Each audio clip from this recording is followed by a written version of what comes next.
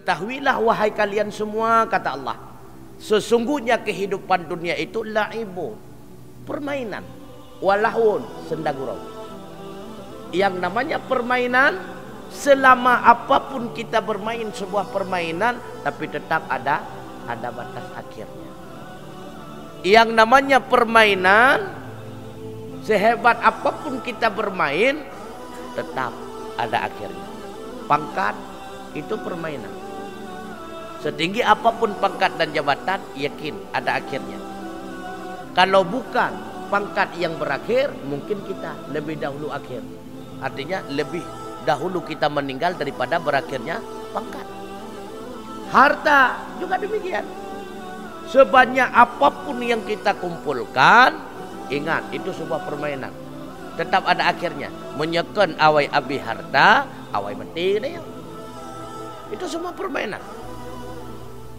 Di dalam satu hadis, haddatsana Abul Husain Ahmad bin Hamdan, haddatsana Ahmad bin Haris, hingga kepada Abi Saleh As-Samani, yang diriwayatkan daripada sahabat Abi Hurairah radhiyallahu anhu, anna Rasulullah sallallahu alaihi wasallam qala baina rajulin yamshi fi tariqi istadda alaihi al-'atshu fawajada bi'ra fanadzala biha fasyaraba thumma kharaja fa idzan kalbun yalhathu wa huwa ya'kulu thara minal 'atshi faqala ar-rajulu laqad balagha hadzal kalbi minal 'atshi mithla alladhi kana balagha minni fanadzala al-bi'ra famala'a khaffahu ma'an thumma amsakahu bifaihi hatta raqiya fasaqal kalba fasyakarallahu ta'ala lahu faghafara lahu. Rasulullah menceritakan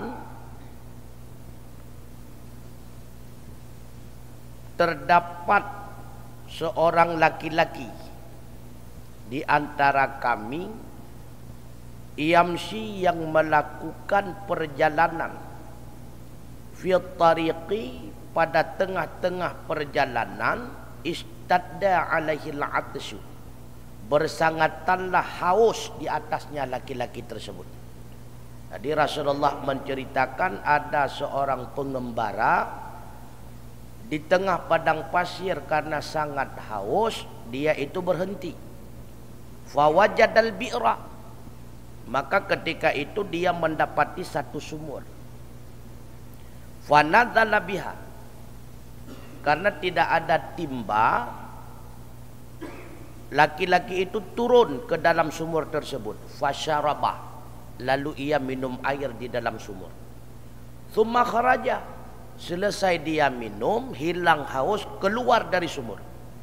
Fa'idzan, ketika dia telah keluar sampai di atas, kalbun, dia itu melihat seekor anjing.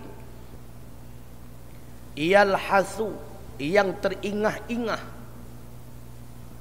wa huwa ya'kulu thara minal 'atshi, padahal anjing itu memakan ataupun menjilat-jilat thara, akan tanah, minal 'atshi, karena terlalu haus.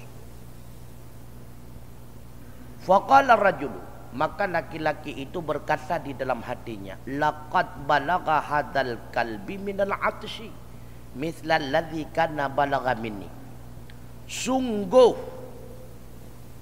telah terjadilah anjing ini itu sangat haus, sama seperti yang terjadi pada diriku. Fanadzala bi'ra, maka laki-laki itu kembali turun ke dalam sumur. Karena tidak ada gayung, tidak ada tempat, famala'a khaffahu ma'an, kemudian dia penuhi akan sepatunya dengan air. Tsumma amsakahu bifaihi, kemudian dia gigit sepatu tersebut dengan bibirnya. Karena menyimat ngenjarau hanji tengah wata. Dia gigit sepatu tersebut dengan dua bibirnya, hatta raqiya, sehingga dia sampai ke atas, fasaqal qalbah, lalu dia memberi air anjing tersebut, fasyakarallahu ta'ala lahu, maka memuji oleh Allah Ta'ala bagi laki-laki itu, faghafara lahu, bahkan Allah mengampuni dosanya.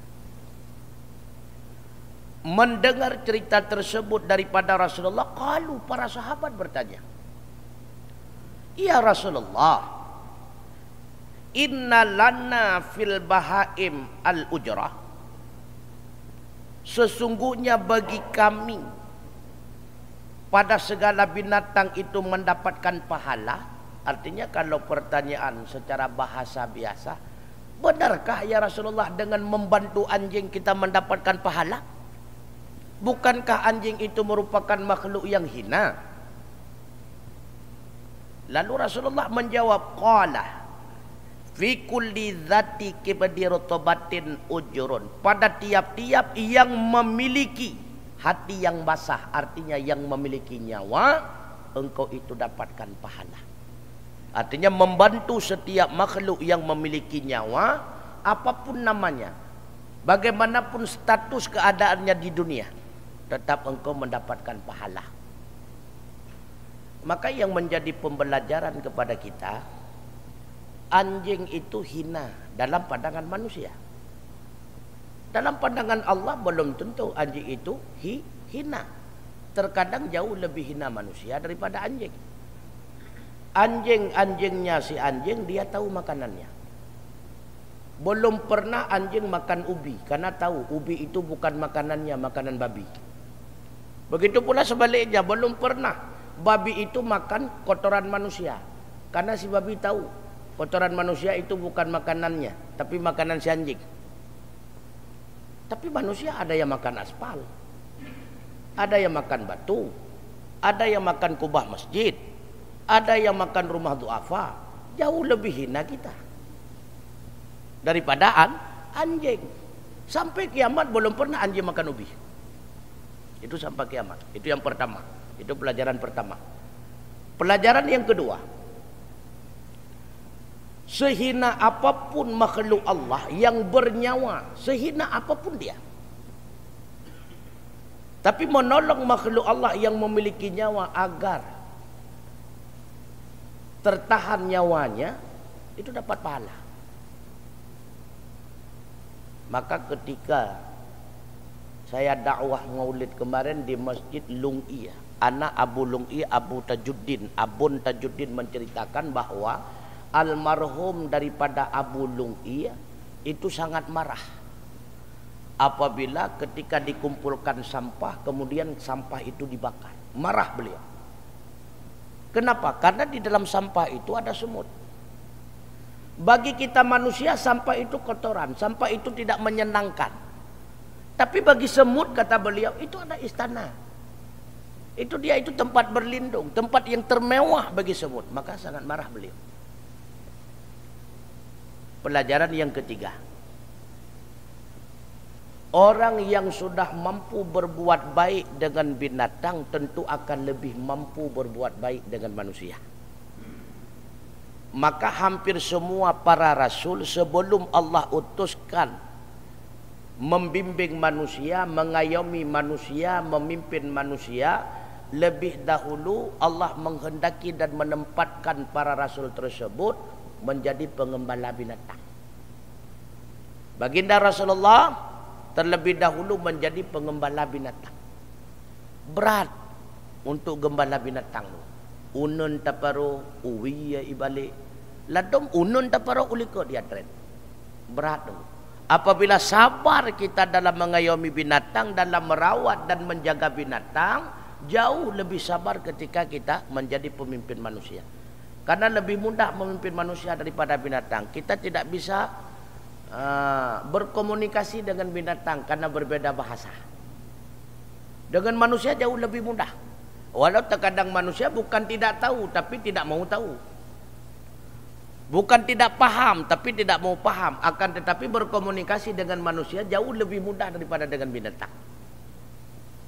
Maka orang yang sudah mampu dalam hidupnya berbuat kebajikan, berkasih sayang dengan binatang, insya Allah dengan manusia jauh lebih mudah.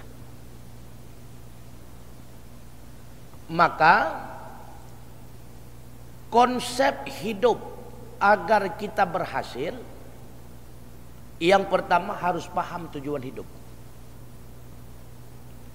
Makanya Imam Ghazali menggambarkan tujuan kita hidup di dunia diibaratkan seperti seorang penyelam yang ditugaskan untuk menyelam di dalam lautan yang dalam, yang dipersiapkan berbagai macam alat yang lengkap. Ada pakaian nyelam, ada oksigennya. Tujuan dia menyelam itu yang pertama untuk mengambil 6 mutiara yang berkilau, 5 intan berlian, dan 1 batu. Itu tugasnya. Tapi ketika sang penyelam itu menyelam di dalam lautan yang dalam, umumnya kata Imam Ghazali, si penyelam itu akan terpengaruh yang pertama dengan warna-warninya ikan. Yang kedua dengan indahnya terumbu karang, karena belum pernah dia melihat. Karena terpengaruh dengan suasana di dalam lautan, akhirnya lupa dia tujuan hidup. Tujuan daripada menyelam, lupa dia. Padahal tujuan pokok dia menyelam adalah untuk mengambil 3 perkara ini. Akhirnya apa yang terjadi? Oksigennya habis. Maka dia naik ke atas tanpa membawa apapun yang tujuan dia menyelam. Ada pula kadang-kadang sebahagian karena terpengaruh ombak, angin kencang, itu hanya sedikit. Tapi umumnya terpengaruh dengan suasana lingkungan karena belum pernah dia melihat. Begitulah perbandingan hidup kita. Apalagi sekarang ini. Kita diberikan berbagai macam alat, fasilitas oleh Allah dalam kehidupan dunia. Kita diberikan oksigen, diberikan nafas. Yang Allah perintahkan kepada kita cuma 3. Yang pertama rukun Islam yang 5. Yang kedua menunaikan rukun iman yang ke-6. Yang ketiga satu akidah tauhid, kita mengesahkan Allah Subhanahu wa taala. Karena kita lupa tujuan hidup, akhirnya terpengaruh dengan berkilaunya suasana kehidupan nikmat dunia. Habis oksigen, akhir masa kehidupan kita, lupa tujuan hidup yang sesungguhnya. Akhirnya kita kembali kepada tempat yang hakikatnya tempat kita tidak membawa apa-apa. Ada sebahagian terpengaruh ombak, tapi itu sangat sedikit. Yang baik pegah pengaruh lingkungan, nyenkon hana ya, anu long maka dia laleng HP, pengaruh lingkungan tetangga doku. Hana tajuk pun pengaruh lingkungan. Anu long sabu-sabu pengaruh lingkungan, itu tidak.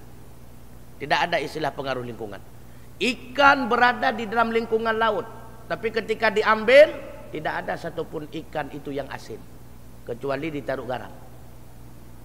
Rasulullah hidup di dalam suasana lingkungan jahiliyah, tapi Rasulullah tidak pernah terpengaruh dengan budaya sedikit pun budaya jahiliyah. Jangankan baginda Rasulullah, ayahnya Abdullah, bundanya Aminah tidak pernah terpengaruh. Maka jangan salahkan lingkungan. Oleh karenanya, biasakan dalam hidup ini yang pertama, tahu terlebih dahulu tujuan hidup saya apa. Yang kedua, ketika kita telah mengetahui tujuan hidup, kita akan biasakan diri dalam memaksakan diri sendiri untuk mencari tujuan hidup yang sesungguhnya. Yang ketiga, ketika telah memaksakan diri, kita pasti akan terbiasa. Menyahan ada paksa, han terbiasa. Sembayang menyahan ada paksa, han mampu. Orang teka sering, kamangan. Wate kamangan, anak payah lewa. Begitu pula ikut majelis taklim, biasa yang pertama paksakan diri. Ketika telah memaksakan diri, duduk sesaat, sejenak, simak lagi katanya. Akan terbiasa, dengan terbiasa mudah ringan. Wate terikat dengan jiwa, hana pengajian yang gelisah. Kapalnya hot aja hana buat. Tadu bawa kedai kopi, hanpa. Ya. Jadi batin sudah terikat dengan ilmu, batin sudah terikat dengan majelis taklim. Makanya yang pertama biasakan. Tak tawing gedangin kalaganya nurujih gedanya. Paksakan diri le, pam dirubah luka litut, hana masalah. Yang penting gedangin berjud. Hana gedangin ubud, gedangin berselinting berjud. Culok aki dah redi, walak singat-singat di kedai kan. Paksakan. Akhirnya ketika memaksakan mudah. Ketika mudah jadi ketertarikan. Akhirnya biasa. Di dalam hadis yang lainnya, hadis daripada Hasan, Sayyidina Hasan, anna Rasulullah sallallahu alaihi wasallam, sesungguhnya Rasulullah sallallahu alaihi wasallam qala, bersabda ia, la yadkhulul jannah illa rahim, tidak masuk akan surga kecuali oleh orang yang rahim. Siapa orang yang rahim? Orang yang memiliki sikap menghargai setiap perbedaan dan menghormati sesama. Jadi yang dimaksud dengan persatuan karena di dalamnya terdapat perbedaan. Indonesia negara bersatu karena di dalamnya berbeda-beda. Berbeda suku, berbeda bangsa, berbeda bahasa, berbeda agama, maka dikatakan negara persatuan. Kalau semuanya sama bukan negara persatuan, negara persamaan. Jadi kenapa dikatakan bersatu? Karena ada unsur perbedaan di dalam. Majunya sebuah wilayah, majunya satu daerah karena memang ada perbedaan-perbedaannya. Islam jauh lebih indah. Karena dalam Islam ada unsur perbedaan-perbedaan yang dinamakan dengan khilafiyah. Perbedaan para ulama rahmat kepada kita. Jadi jangan menyalahkan antara satu kelompok dengan kelompok lain. Pakon kenan, yang kelompok long, pakon gede, jika kelompok long benar. Al khilaful ulama rahmatun. Beda ulama, beda pendapatnya itu rahmat. Ada pendapat Imam Syafi'i, ada Imam Maliki, ada Imam Hambali, ada Imam Hanafi. Alhamdulillah, yang baik imam gampung. Pakai menanda berpendapat lu ikut imam gampung, yang salah. Maka tidak boleh keluar daripada imam.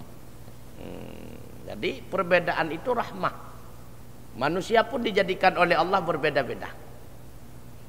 Sungguh kami telah menjadikan akan engkau hai manusia bersuku-suku dan berbangsa-bangsa lita'arafu, supaya kita saling kenal mengenal.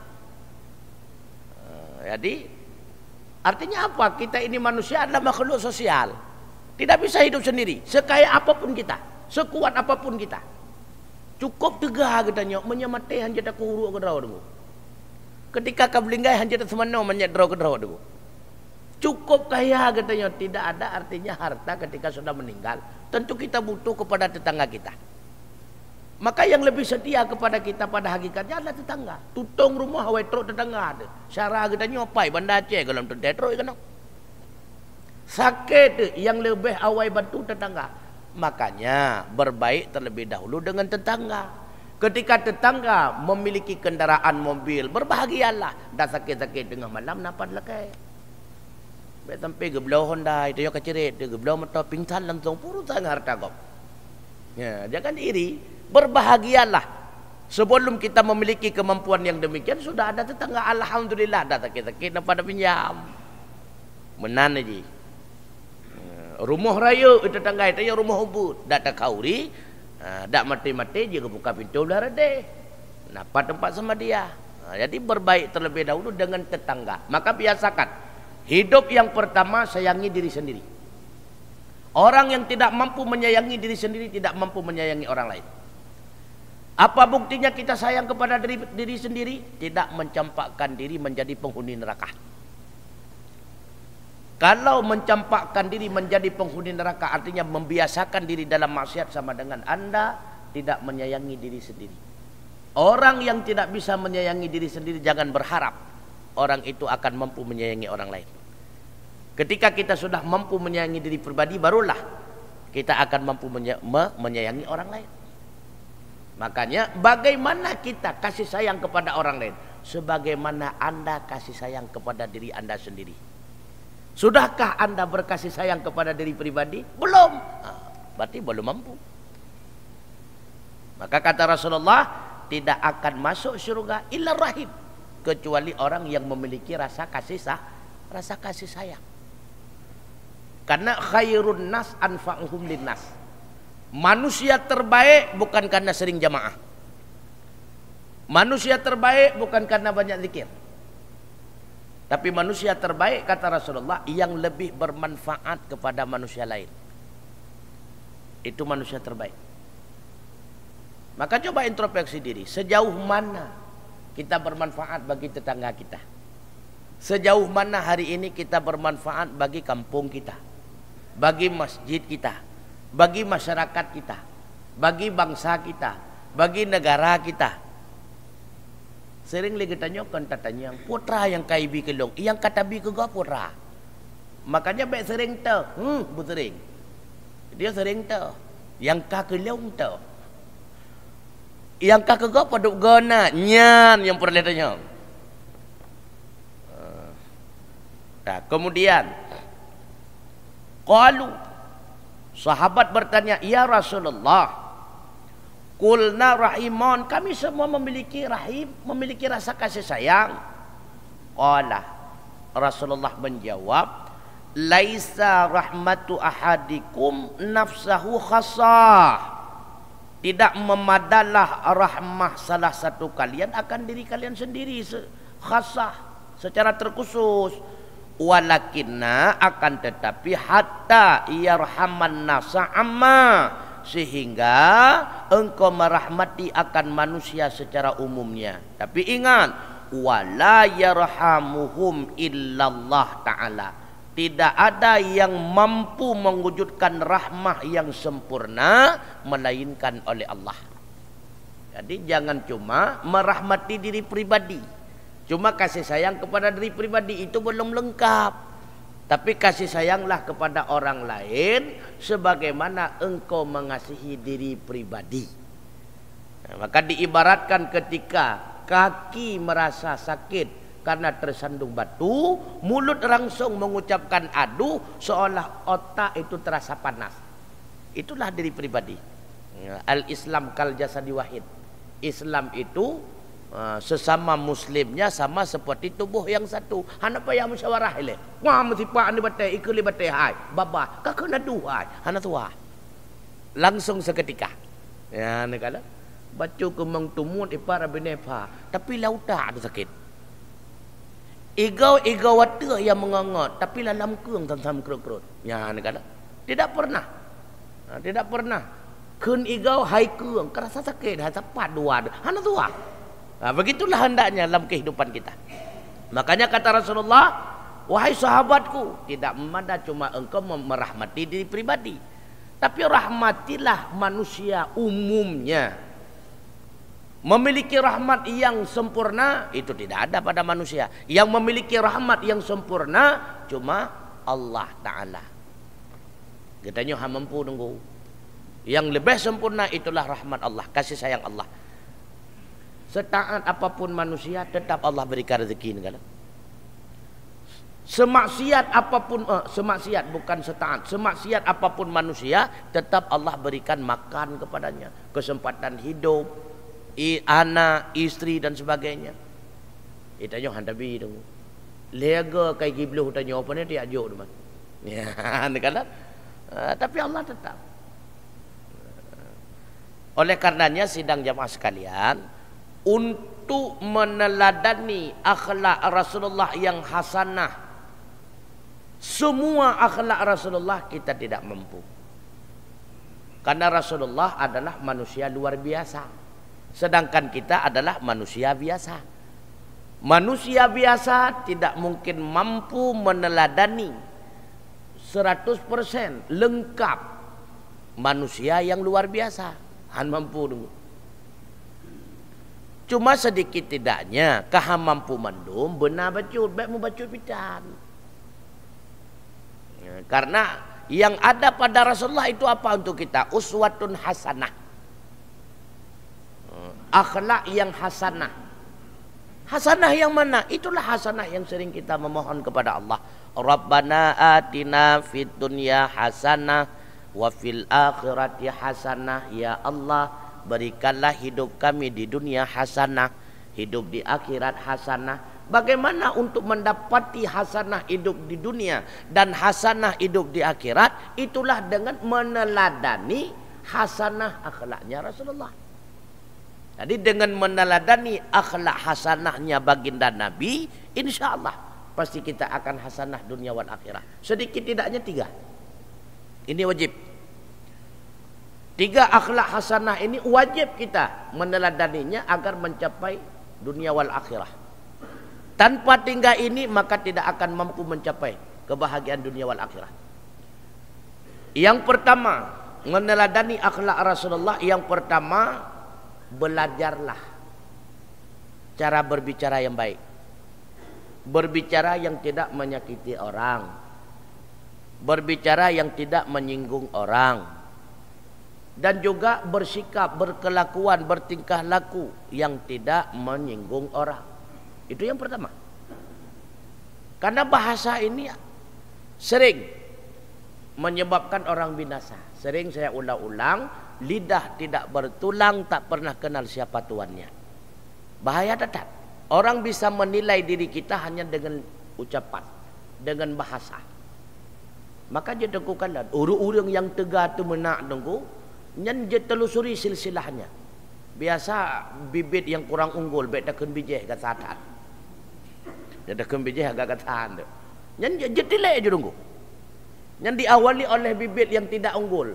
Makanya tegak tu menak tu. Oh wate takalan kedih wate. Oh cuconya lah kau. Oh anaknya lah kau. Itu kukalah. Makanya tidak perlu heran.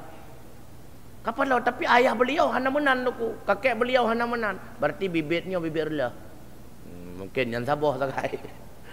Tapi umumnya hati-hati. Bicara seseorang dapat dinilai kepribadiannya oleh orang lain. Akan mencerminkan diri kita, cara berbicara kita. Yang sigamnya enggak sah, yang lemah lembut, yang beruakai, yang bingkek. Dari unsur berbicara. Makanya Rasulullah mengingatkan, sering saya ulang-ulang, la tatakallam bi kalamin ta'tadiru ghadan. Jangan sekali-kali kalian berbicara yang menyebabkan engkau menyesal di kemudian hari. Yang pertama menyesal daripada arti bahasa kita. Kapayah taralat, kelegenyan maksud don, kelegenyan tujuan lu sibuk mentang nempuh. Ataupun menyesal dengan sebab orang bisa menilai kita. Hati-hati tunggu. Bahasa bertegak tetat, lebih nasa manusia rat bahasa tu. Coba ulang lagi kita nyota ingat kembali. Binasa masa darurat urang pakon, rat bahasa tu. Cukup lebih nasa manusia masa darurat karena bahasanya. Sok tahu, nyatakan gedepu-dempu. Oh jompo mengepegah tu. Hanam dah depu api. Padahal tak dah depu. Kami nasa. Jadi bahasa hati-hatilah. Yang kedua, akhlak yang baik yang wajib diteladani daripada Rasulullah agar mencapai hasanah dunia wal akhirah, sabar. Ketika ada orang lain menyakiti kita dengan bahasa ataupun perbuatannya. Sabar itu sifat para nabi dan rasul. Makanya orang yang sabar adalah orang yang memiliki martabat tertinggi. Yang banyak disakiti para rasul. Itu yang paling banyak disakiti. Di antara para rasul ulul azmi. Di antara ulul azmi baginda Rasulullah sallallahu alaihi wasallam. Paling banyak disakiti. Tapi beliau sabar. Kesempatan kita mendapatkan ibadah sabar apabila banyak terdapat bala ataupun musibah. Tanpa adanya bala ataupun musibah, tidak mungkin adanya kesempatan sabar. Karena tidak ada ibadah sabar dalam senang. tengah le harta tengah kaya. Nyolong tengah ku sabar. Pada nak istilah sabar tengah kaya tengah tenang. Yang nak sabar tengah susah. Makanya inna idhamal jaza ma'a idhamil bala. Besar dapat imbalan pahala dibarengi dengan besarnya musibah. Karena dengan semakin besar musibah harus semakin besar kesabaran. Besar kesabaran, besar dapat imbalan. Jadi sabar. Nyo yang gepraktek li Rasulullah, yang geperintah kepada gedanya. Tiban caranya mampu tasabar dongku. Ingat, sesuatu yang telah hilang pasti tidak akan mampu dikembalikan. Enak mendak. Nyolong ka belinggayan ne, dak long kri raya tatat long gui oo ka hana mampu lepu de blezit. Hendaknya tak terima mentang. Kada sika kada tiba-tiba pegat sika melinggai. Dak lempoh-poh dro ka hau de blezit. Nyola kolong kai puplung lain yang lain dongku. Hai dak takri ta momo ta pri ta ku baje ka hai wa bat sit. Yang pertama. Yang kedua ingat. Yu'ti liyakhud. Wa ya'khud liyu'ti. Ketika Allah memberi sesuatu kepada kita, maka tunggulah yang telah diberikan itu pasti akan diambil kembali. Sebaliknya, ketika Allah mengambil sesuatu pada diri kita, yakinlah Allah akan menggantikannya dengan yang lebih baik. Gecok anak bagi tanya. Allah kena bilain yang lebih mulia. Gecok permoh bagi tanya. Allah kena bilain yang lebih salihah. Gecok pangkat bagi tanya. Allah kena bilain pangkat yang lebih mulia. Gecok harta bagi tanya. Kadang yang getanya kumpulkan itu harta haram ataupun bercampur dengan yang haram, Allah sayang kepada kita. Dimusnahkan harta itu oleh Allah karena Allah ingin menggantikannya dengan yang lebih baik. Yu'ti liyakhud. Ketika Allah memberikan sesuatu, yakin sesuatu itu pasti akan ada batasnya. Wa yakhud, ketika diambil pasti yu'ti. Allah akan memberikan yang lain yang lebih baik. Makanya agar hidup di dunia ini aman, tenang, inti hidup itu apa? Nyo yang perlu dipuele. Ya'lamu, kata Allah dalam Al-Quran, annal hayatad dunya la'ibun wa lahwun. Ketahuilah wahai kalian semua, kata Allah, sesungguhnya kehidupan dunia itu la'ibun, permainan, wa lahwun, senda gurau. Yang namanya permainan, selama apapun kita bermain sebuah permainan, tapi tetap ada batas akhirnya. Yang namanya permainan, sehebat apapun kita bermain, tetap ada akhirnya. Pangkat itu permainan. Setinggi apapun pangkat dan jabatan, yakin ada akhirnya. Kalau bukan pangkat yang berakhir, mungkin kita lebih dahulu akhir. Artinya lebih dahulu kita meninggal daripada berakhirnya pangkat. Harta juga demikian. Sebanyak apapun yang kita kumpulkan, ingat itu sebuah permainan. Tetap ada akhirnya. Menyekan awai abi harta, awai mati dia. Itu semua permainan.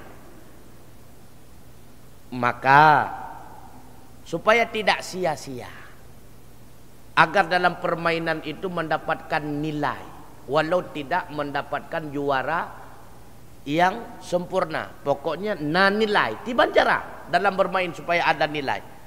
Jangan menyeleweng dan menyimpang daripada aturan permainan. Begitu pula dalam hidup. Mendapatkan pangkat, je ke wali kota, je ke bupati, je ke gubernur, baik menyeleweng daripada aturan agama. Supaya pangkat yang kita sandang itu bernilai di hadapan Allah. Dan nyojo ke doktor juga demikian. Dan nyojo ke ustaz juga sama. Menjadi kesi, menjadi kepala dina, apapun pangkat yang kita sandang bernilai. Walaupun hanya merempok juara saya, yang penting dan nilainya tak kayak. Makanya kata Sayyidina Ali apa? Kun indallah khairan nas. Jadilah kalian di hadapan Allah itu menjadi manusia terbaik. Walaupun di hadapan manusia kita adalah manusia biasa-biasa saja. Bahkan itu yang terbaik. Wa kun indan nafsi syarran nas. Sedangkan Anda sendiri di hadapan diri Anda, ingat, bahwa anda itu adalah seburuk-buruk manusia, agar kita itu merasa rendah, merasa hina. Baik badro tu nya mulia, ba Allah rendah ya. Baik menan. Karena orang yang merasa dirinya mulia itu pasti hina. Ketika dia merasa dirinya hina pasti mulia. Sama lagi orang fikir draw ke carang, nya orang bangai nu. Dah si orang carang, orang yang gede puan draw ke bangai, nyan ke nya orang carang. Nya orang carang nu. Orang carang adalah orang yang tepu draw ke bangai. Yang kacarang tu. Tiban ron sapu hana ku depu maka dia loyak buat tapi yang kerja orang carang. Pakah hana ada halah menyan nya orang bangai. Ke pakai draw ku carang sabak. Nak kalah. Jadi di hadapan para manusia yang lain, wa kun indan nas, kata Sayyidina Ali, rajulan minan nas. Di hadapan umum manusia, jadilah engkau seperti manusia biasa-biasa saja. Hana perlele kata, bo dihormati. Hana perleyan, hana dihormati kaketankan menantuku. Hei lo maguan kelako, long tumera dan sebagainya. Megepuyum pihan atau bolo. Hana gepuyum kaketan ke. Yang penting Allah nepuyum. Daripada gepuyum lelakau ba Allah hanayum. Nyoduk kalau bantu long londuk ke kecil, londuk ke imum kampung, hanayum buat lon ba masyarakat, hanayum ke hana. Yang penting yang draw ne pebut muyum ba Allah. Ketimbang sebaliknya sangat berharga dalam pandangan manusia, ipuyum li manusia, tapi ba Allah hanayum. Ana arti yang penting muyum ba Allah Taala nyo yang utama tu kemutua. Hanayum ba manusia ke ketan ni. Maka dalam bermain jangan keluar daripada aturan permainan. Kalau keluar daripada aturan permainan, maka anda KO. Walaupun kon KO secara tulen, tapi KO secara nilai. Kata lu. Wallahu a'lam bissawab. Mungkin ada pertanyaan, silakan karena cukup trip ke hana tabur.